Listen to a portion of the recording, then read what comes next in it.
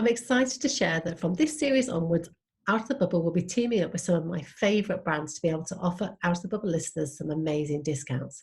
So I'm starting off this month with Studio 10 Makeup. If you've never heard of this brand, then it's founded by Grace Fodder after seeing a real lack in the market for makeup suitable for women over 35. It's 100% designed by women for women, real pro-aging makeup brand, which I absolutely love. It's become a staple part of my makeup bag. I don't know about you, but I find shopping for makeup, especially in department stores, can be really intimidating as we get older because our skin changes and we need different things, and there's so much choice out there. I've had so many compliments after using Studio 10 makeup in the last couple of years about how flawless my makeup looks. And so Studio 10 offers a really easy to use range of products. I can't recommend them enough. So for Out of the Bubble listeners, for this month until the 7th of March, you will be able to receive a 20% discount on all products. Just use Out of the Bubble 20 code at checkout. And I have to declare that this is part of an affiliation, so I would gain a small amount of remuneration if any sales were made through this code. But if you'd like to know more about Grace Fodder, you'll be able to catch up and listen to episode 40, where we get to find out more about the brand and why Grace really saw there was a need for it and what the brand's all about. So if you'd like to know more about that, please go check out episode 40. But don't forget, it's until the 7th of March. And if you're looking to update your makeup, I would definitely recommend Studio 10 is a great place to start. Out of the Bubble 20, use discount code. Right, let's get started with today's guest.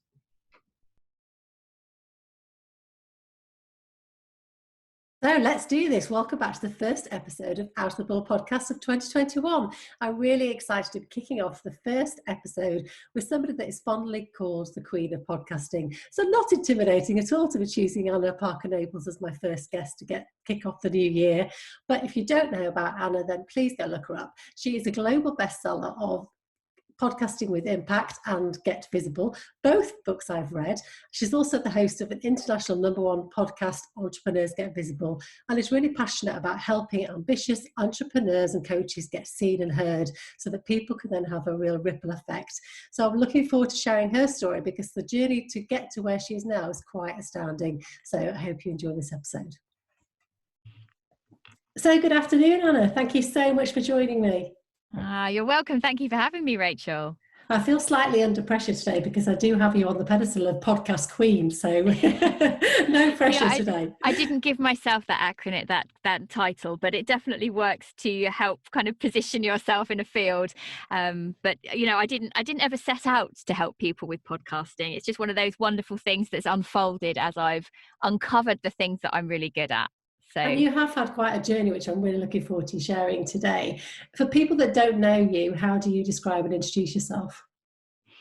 So right now I help ambitious, driven entrepreneurs who feel that they have an important message to share, work out how to be heard and get more visible. So the be heard part is about helping you to have a podcast that's a powerful front end for your business. And the get visible is about how you pull together all of the authority pieces so that someone might see you on social media. They might read your email. They might come across you because you've written a book. How do you pull all of that together so that you can have greater impact and influence on people so that we can affect more change? So that's a kind of really long title, but I help people, impact-driven people, purpose-driven people, to reach more ears. I love that. And this is what I wanted to try and do with the podcast, is to try and encourage people to find their passion and purpose. And you've definitely found yours. But it has been quite a journey, hasn't it? So let's kind of take quite a few steps back. So right now, Rachel is looking at me and I'm sitting in what looks like a very posh, proper recording studio. I've got all of the padding on the walls. I've got very posh microphones. And what I'm actually sitting in is in the center of my house in what used to be, a long time ago, my airing cupboard. And this airing cupboard actually has a lot of meaning for me. So to take you back about 11 or 12 years ago, in my third and final pregnancy, when I was pregnant with my son, I suffered some complications and they told me to expect that I would never walk again. I'd never get back on my feet. Now, for anyone, that's pretty devastating. But I had two very young children, a newborn on the way. And I had always expected that after I had this third child, I would return to acting and stage, which had been what I'd done before, my pre-children life. Yeah. And I felt that everything had been snatched away from me. And I was massively resentful, bitter, fairly twisted, really, really dark. And, you know, I have a natural exuberance and a natural energy. So for me to go down that far and hit that hard was quite shocking for people around me. But I always, even then, when I was really dark and depressed, I still felt a responsibility to put a bright face on it. And my bright face actually was full of bitterness. You know, the jokes we make about ourselves, the things we try to lighten with humor that actually are really just quite depressing and sad. And I basically got to a point where I knew I had to do something about it. And what I did was go and see a hypnotherapist, but who was also a neuro-linguistic programming professional, NLP, for those of you listening. And it was my first kind of slamming into the whole world of mindset and personal development. And that day, that decision to go there in my wheelchair at a point where I hardly ever left the bed because it just hurt too much. I wasn't washing, I wasn't looking after myself, thinking that my whole life was over, suddenly realizing that there was way more. There was way more to me. There was possibility, there was future. And it started a massive, massive journey for me. I mean, it's just quite incredible how you have overcome those hurdles to get to where you are now. And you've got that double kind of whammy of, you know, your life changes when you have kids anyway. In terms of career, you do have to reevaluate things and change the way you do things. But then on top of that, to have the illness and to be bedbound almost. Yeah. I don't know how you found the strength to get to that next stage. It's quite incredible. But you say that it's your positive mindset that really helped you change physically. What I want to say is it's not just positive mindset as in I'm just going to pretend everything's happy. That's not actually positive mindset. For me, it was about undoing a lot of the damage that I was doing to myself over and over and over again with the things I was saying about myself. So I came to realize that, and this didn't just happen in one session, this was a period of unraveling, that I had been telling myself for a long time there were things I couldn't do because I was now a mum. That I couldn't be an actor and be a good mum. I couldn't be a good mum and make money. I could, and on and on and on, these justifications for why I'd left my acting career behind 5 years earlier that were full of, I mean, to be honest, it was just rubbish. But where had those limiting beliefs come from? And so to then be in this situation where, well, what if I never walk again? I can't have that life that I thought I was going to go back to. But realizing it's kind of more than that. And so then starting to tap into, well, as an actor, what did I really want? What was that all about? And for me, a lot of it was about recognition, that I was good enough, that I liked the adulation, I liked the applause, I liked thinking that I was, I don't know, not special, that's not what I mean, but that there was something about me, because I guess I'd always had in me some leadership qualities that I'd quashed, I'd pushed down, and I'd had them since I was very young. And I guess that I had previously seen acting and being centre stage, if you like, as the only way to express that part of me, because I didn't know any other way. And what actually happened for me, the reason I've ended up in this unique audio field of podcasting and coaching people to do this, is he said to me, well, what would happen if you could be globally recognized for your work, earn great money, and be at home with the kids and be disabled? What would that look like? And I remember saying to him, well, that's not possible. And he said, well, what if it was? And what if over the next month you thought about how it was possible? And it was like, I don't know, it was like something just shifted in my brain from this door's completely closed, there wasn't even a door, it was a wall, to all of a sudden there's all of these opportunities. And the opportunities that came up for me were that I could work from home as a voiceover artist, initially doing commercials, and then later specializing in radio drama and audiobooks and video games. And to cut a long story short, I started on that path quite quickly from bed, learning how to edit. I'm not a techno, I'm not a geek. I don't love all of that stuff, but I learned it all because I had to get my voice out there. And I ended up becoming one of the UK's leading British voice actors, and going on to be a finalist in Hollywood 7 times with the best of the best of the best. And as I grew in my confidence as a performer in that way, and I was making great money, and I was there for the school run, and I was there for sports day, I was actually alongside that. I'd recovered as well. That's a really important thing to say. Yeah. I was fully recovered. And I really believe the reason I recovered was because I changed how I felt about myself. And throwing myself into something which was audio, where I could express myself, I was myself. I then, alongside that, trained really deep into NLP. I became a master NLP practitioner. And I had this kind of massive breakthrough, a kind of awakening moment as I was completing that training, which coincided with the final award in Hollywood, where I'm standing on the red carpets in Hollywood in a pair of heels, the most glamorous I've ever been, within 6 years of that moment where I thought it was all over. Amazing. And I felt in that moment, Rachel, I have to get this out there. I don't know what it looks like, but I have to reach other people like me who somewhere deep inside of them think and know on some level they're supposed to be doing something more, and show them that it's possible. And it is such an inspiring story. It really is. Yeah. It's amazing. And during that time, did you struggle with imposter syndrome? Because you were reaching these heights of getting all these accolades in quite a short space of time. Did it just come naturally to you? Did you feel like you could own your space? Yeah, I absolutely felt like I could own it. And the reason is, imposter syndrome had been such a huge thing for me. Such a huge thing. And what we uncovered from going back into some quite traumatic things that happened in my early years, when I was 16, I was brutally attacked by a gang of girls, and it was arranged by my best friends. So that sense of not being able to speak up, I told my truth, I told my version of the truth, and then this awful thing happened to me, and I had to have surgery on my face and all sorts. And at that point, I had kind of limited myself. It's understandable why I did that, but I'd limited myself. And what I came to realize was the decisions I made surrounding that event actually were the reasons I wasn't, that I would feel like I didn't belong. And I think once you realize those limiting beliefs you have created them, you can then do anything.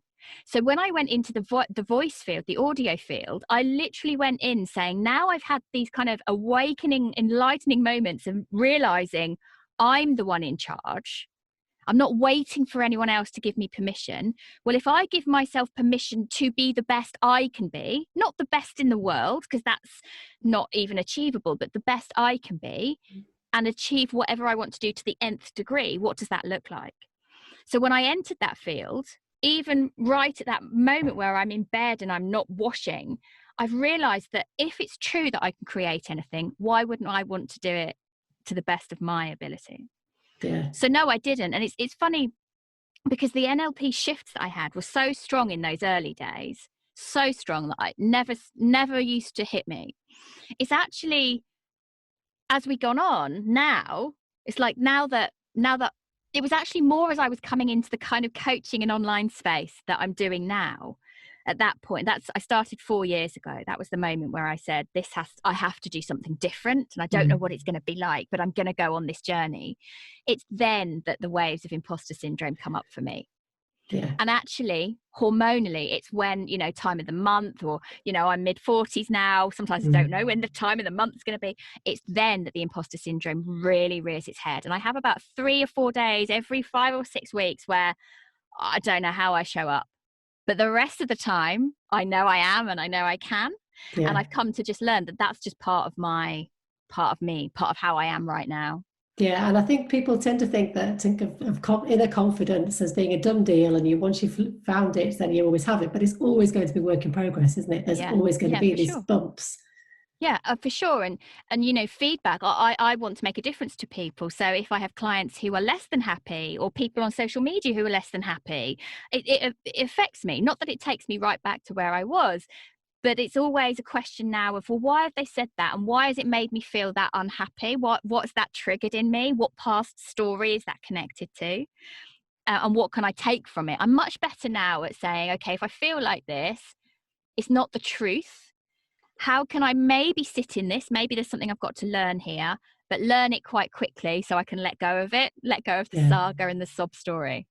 And I think what you've shown as well is that you've really invested in yourself. And I think women, particularly midlife, really do struggle with that sometimes, because they're so focused on family and perhaps caring for older relatives and husbands, and they forget that actually it's really important to invest in themselves, in self-development and looking after themselves. It took me a long time to start investing in training to do something completely different. And initially, when I was training in NLP, it was never because that was something I was going to use. It was just because I realized that this was a tool that could make everything a lot better. But the more I went into it, the more I learned about myself, the more I realized there's some tools here that I just want so many other people to know. And I guess I've been lucky in that my husband, not that it's his decision, but all the way along, he has sort of supported me to go and do whatever I want to do. So we've never had that fraction. Yeah. What do I mean? Fractiousness about whether I should or shouldn't.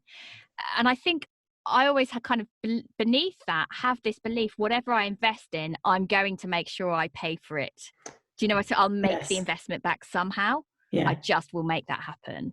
Yeah, no, and I think so. Once you decided that you wanted to become more visible and you wanted to get your story out there, how did you go about it? Because I think that can be quite an overwhelming thing for people when they think, right, I've got a great story, I need to get my message out there. What was your first steps into it? I literally the next morning after I was on the red carpet, I literally cried over breakfast, because I knew I was about to, I thought, leave the whole audio space behind me. I thought everything I've worked for, I'm done, because it's the next stage. And I remember flying home and my dad saying to me, well, what next? And me kind of at the time going, I've just been in Hollywood, how dare you? But because I think people around me could see I'd just been on this massive trajectory. And I actually sort of floundered for a bit, because I thought, well, how am I going to help people? And I started with a couple of clients at home in my office, and, you know, we do treatments, and that wasn't enough for me. And I kind of spent all over that Christmas period thinking, well, what is it? Who do I want to help? Who can I help? And I had this light bulb moment. It was in the February. It was actually my mum's birthday. And I remember having this moment of, I have to create an online business that could have global reach, and I want to inspire people, and I want them to understand some of the stuff I've understood. So what am I going to do? And I actually started a business called Inspiring Mummy Club, because I was thinking, well, I don't want to just help actors and voice actors, which was my field. What else am I? So I was thinking, well, I was a mum and I felt stuck. So that started to be my toe into the water. But I had no idea how to launch a business. I had no idea what I was doing. I just felt driven. And I was fortunate in that I had enough of a following from my other work that people did support me, and that business was always paid for itself. But I felt really disconnected within about a year. So disconnected. I felt that I got the message wrong, and that I didn't actually want to talk to mums with young children. That wasn't the right vehicle. Yeah. But my instinct and my intuition that I was supposed to be motivating people was right. And I actually then, again, it was just listening to my intuition. I rebranded to my own name rather than, because then I thought, well, whatever I throw myself into, I don't have to explain or justify or make it fit something else. Yeah. And at that point, I started writing my first book. And it was then the whole understanding of what I'd really done, of going from being bedbound and broken and then into Hollywood, was putting myself out there. It was about seeing myself first, being visible to myself, stop pretending that I'm not capable, stop pretending that I don't want success. And I think that once you own up to what you really want, then you can make it happen. Yeah, and I think that's lots of women can't get past that hurdle. And I know something that I've done a lot of self-development work recently on, and it's ongoing, is owning that actually it's okay to say you want to be successful in your field, because you absolutely deserve to be if you're working hard, and what's the point in doing it otherwise? And I think not enough women feel the confidence to step forward into that arena. How do we encourage them to? But I actually think, Rachel, that there's more and more female leaders rising. And I think it's a really powerful time to be a woman. And we have, you know, all the things that used to be barriers, that, you know, how do you run a business when you're at home? Well, we now have social media. We now have podcasts. We can reach anyone. Yeah. We can. We can do it while we're breastfeeding. We can do it when we're on the school run. We can do it when the kids are in bed, if you want it. And I actually think, you know, that the responsibilities that we have, we can actually decide that I'm going to do it as well as those. It doesn't have to be instead of or in spite of. It's as well as those. Yeah. And I think it's exciting to see so many more powerful women realize their own potential and start to achieve it, and then reach down and help other people up that mountain. So was the podcast a way of taking that one step further for you then, to get that reach out there to encourage other women? So my first podcast, because I host now Entrepreneurs Get Visible, which is a very successful international show, but that was my second podcast. I actually started my first podcast when I launched that Inspiring Mummy Club business, because somebody said to me, you should do a podcast. And I kind of went, well, okay. And I'd never listened to a podcast, but I knew I could create one, but I had no understanding of the mechanics. And even 3.5 years ago, podcasting isn't like it is now. I mean, now it's a major vehicle. Podcasting has grown. There's an extra 1 million podcasts have gone live in the last 12 months. So we've doubled the amount of content going out. And now we have over 50% of the world's population regularly tuning into podcasts. So we've kind of got this really powerful vehicle that people are tuning in to consume content. So I did that first podcast and I was thinking, well, why am I not getting the traction? Why? When I know my audio is good, what more is it? And along the way of not knowing how to run that online business, not knowing how to make my podcast bigger, it was doing fine, but it wasn't having the runaway success that I wanted to have. And again, it's about admitting, well, like, if I'm going to have a podcast, I want it to do well. If I'm going to run a business, I want it to do well. If I'm going to write a book, I want it to be a good book. So going back and really heavily investing in working with mentors, coaches, business coaches, speakers, people who were doing the kinds of things I wanted to do, and literally laying everything on the table to work with them and make it happen. And really that's kind of been a key component of my success. And I read about 1.5 years ago a book on podcasting by someone who does a lot of podcast coaching, and the book was just lacking in so much content, and the audio knowledge that they'd shared was not enough. And I remember thinking, I was sitting in my parents' garden, why isn't someone telling people this stuff? And it was then I kind of went, oh, well, I can do that. That's what I can do. And so I feel very much now, from that moment of waking up and saying, I have this, I want to help other people realize that they can achieve their potential. And then I've got all of this audio background. Well, that kind of realization that the stuff I did in my past, the weird audio stuff that I ended up doing for whatever reason to save my own sanity, actually now I have the tools and the ability to help other leaders amplify what they're doing. Yeah. And so for me, podcasting, yes, I can teach people how to edit and how to use a microphone, but that's not really what makes me tick. What makes me tick is the idea that someone somewhere could listen to your podcast or one of my clients' podcasts, and you don't know what life that's going to touch. You don't know what difference that's going to make. Yeah. And what difference does that then make to their children, their family, their whatever? And that's really exciting. So who inspires you then? Who are the people that really help you tick? Oh my gosh, I don't even know that there's individuals.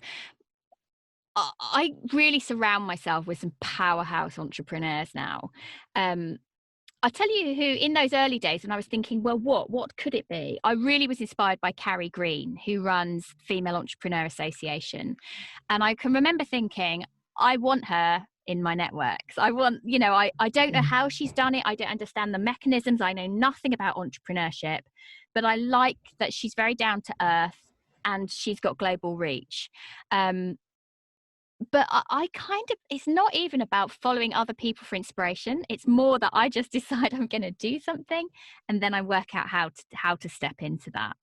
Has your circle changed though, as you've progressed in your own journey? Yeah. Has your circle changed? Because I think women are quite scared of doing that as well, about acknowledging that their circle perhaps needs to go in a slightly different direction to get what they really need out of life. So even on interviews now, I still find it hard to talk about this, but I realized for a long time that my friendships weren't really serving me. But where do you go when you've had people in your life for various reasons? Maybe you knew them from school, maybe you knew them from baby circles or toddler groups, but I had outgrown them. And I felt for a long time, not desperate, that's the wrong word, but I really want good friends who get me, who are on the same wavelength as me. And I think that when I decided to throw myself into this kind of entrepreneurship, coaching, influence space, I was then going to events, I was then joining masterminds. So I started to find the right people.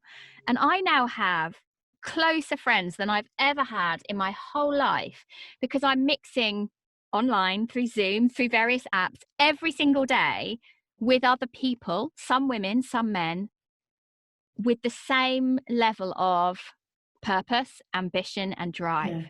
And that is everything, because they then become my circle. And it's really different. So now when I say to someone, you know, next year my income goal is da da da da, it's not people going, don't be ridiculous. It's people going, oh great, how are you going to do that? Yeah.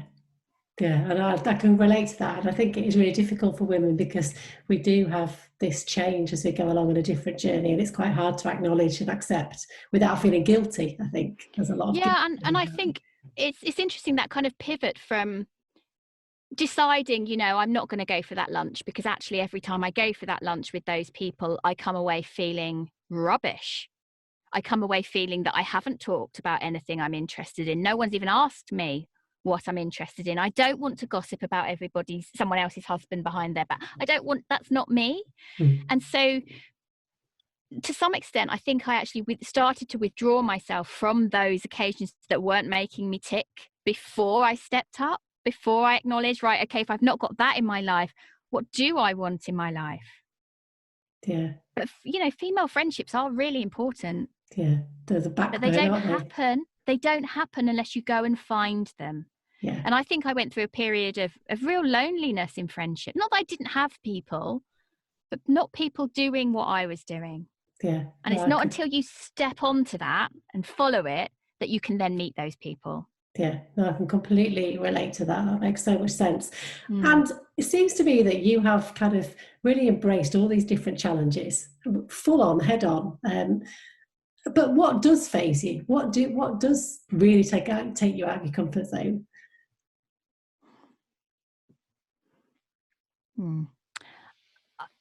I do everything that I do around having 3 children at home, and one of them is homeschooled and the other 2 have had issues at school. We've had, even this year, never mind lockdown, we've had one we've had to remove from a school, send to a new school. I hate it when my children are unhappy. Absolutely hate it. But I think having had bullying and all sorts of incidences at school myself, I know that whatever they're going through, we can't just go, well, it's just school. That's just the way people are. Because the things that happen to them can affect them. And I think almost that they have to go through those things that are traumatic to whatever degree to them, so that they can then learn, grow and develop afterwards. Yeah. But it's hard to see your own family going through it, particularly when you're geared up to help other people with mindset. But that doesn't mean that you still walk through your life like everything is perfect. Yeah, no, my eldest daughter was homeschooled in the end because she suffered with acute anxiety and agoraphobia. And it is that feeling you can't fix some situations, but you want to be able to. But you're out there in the world telling everybody how confident you are and how you're embracing life, but actually the things that you're really dearest to, you can't always fix. You can't, and nor should you, because you're not there to fix. You're there to kind of hold the space for people. Yeah. What's the best piece of advice you've been given along the way? I think it's just get on and do it. What are you waiting for? One of the things that comes up again and again with people I work with, or people who say, oh, I want to make this difference, but I can't do a Facebook Live. I'm worried I'll be judged. Well, honestly, when you think about the people you want to help, what's going to help them more? You worrying that your sister-in-law is going to think you look like a bit of a wally and judge you and talk about you to the rest of the family, or you actually getting out there and doing it?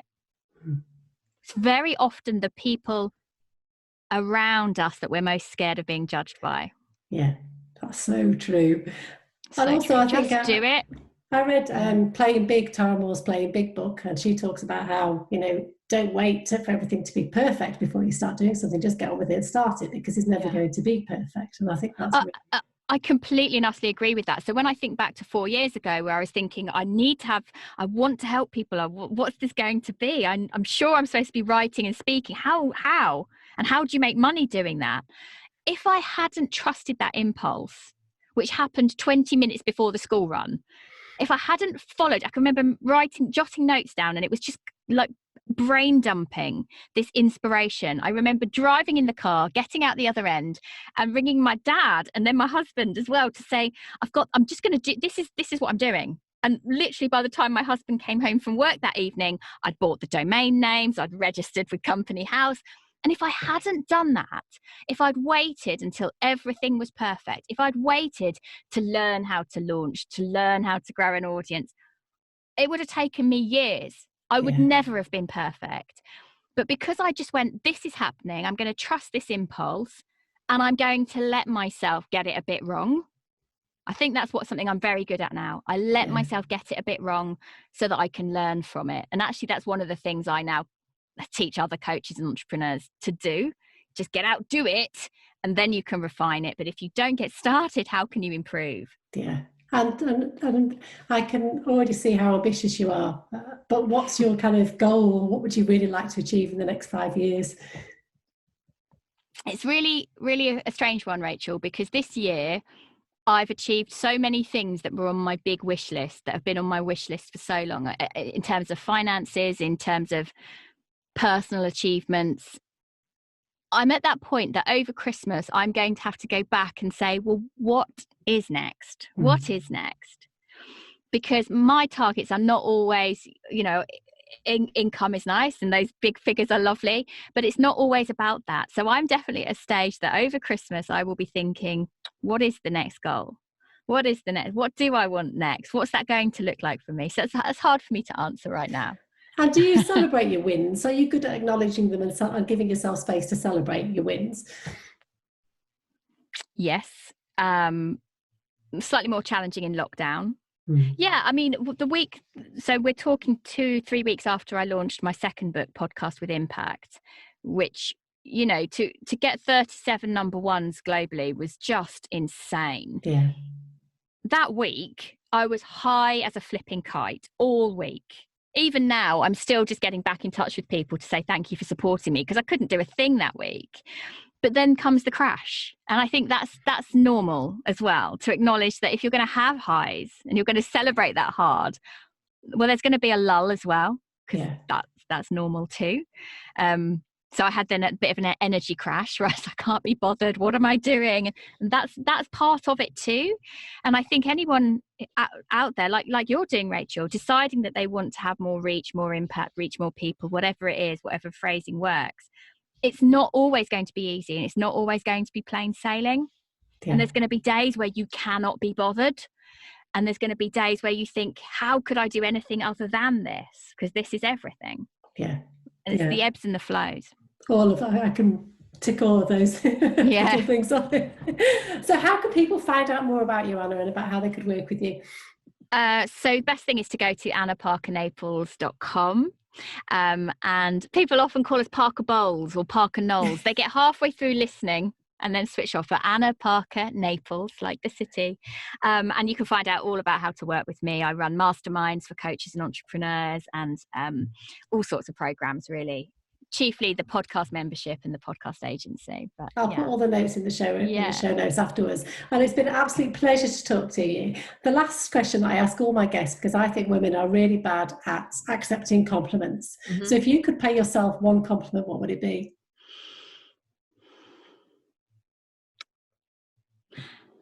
That's a really good one. I'm thinking, what do I want to say? Anna, you are doing more than enough. That's probably as far as I'm going to go. Yes, perfect. Thank you so much. It's been a pleasure to talk to you. Thank you for your time.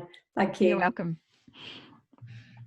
Well, I hope you enjoyed listening to that first podcast episode of the new series. I really can't think of a better way to kick off the series than with Anna, talking to Anna. And what I really appreciate is how often we can see people that are more visible and that are putting themselves in the spotlight and we forget their journeys to where they are now. We forget the hurdles that they've overcome. So it was great to hear Anna's honesty and sharing how she's got to where she is now. And it's not always plain sailing, but we can all learn from that and hopefully give you some inspiration, because if you are struggling, it doesn't mean to say that's a fixed state. You can get past this and work towards your goals. So keep going with it. Some of the things that she left me with that really will stay in my mind is, I let myself get it a bit wrong so I can learn from it. So we mustn't let our fear of failure stop us from trying, because it can be a real self-sabotage tool. That fear of failure can often stop us so much from getting started. And as Anna left us with, get on and do it. What are you waiting for? I will leave you with that as we go into a new week. I will be back next week with some more inspiration. Don't forget, you can find all the episodes on outofthebubblepodcast.com. And if you are enjoying the podcast, please go leave a rate, a review on Apple Podcasts. That would be amazing. But I will be back next week with some more inspiration. Have a great week.